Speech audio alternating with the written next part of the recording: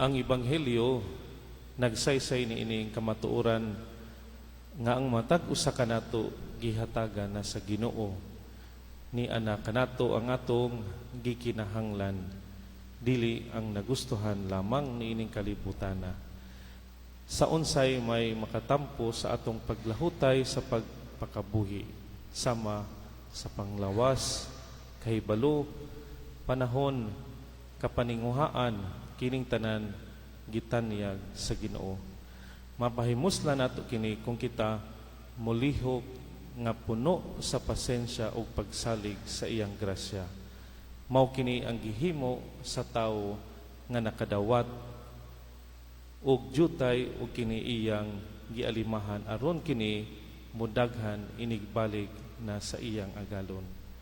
Ikaw nakaamgo ka nga kumpleto ka o adunay mga gasa, imo ba kining gigamit aron palambuon? Bisan sa kadaghan makasinatian nga atong nahigaguman sa atong kinabuhi, maningkamot kitang magmalahutayon o magmakanunayon nga mohimo sa misyon nga gitagana sa Dios kanato, taliwala sa mga pagsulay ug kasakit. Dili usab unta angay nga pahimuslan ang mga taong nag-antos sa kalisod ilabi na katong mga kaigsuonan natong kabus.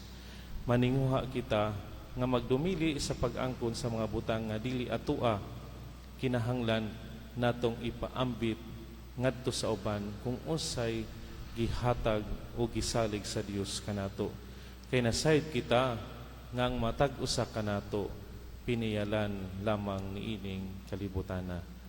Busa sanglit wala man kitay atuan ning kalibutana, mapasalamaton unta kita kanunay sagasa nga karon gihatag kanato.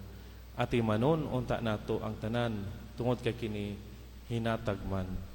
Mamunga unta kini isip piniyalan sa Ginoo. Hinaot paunta.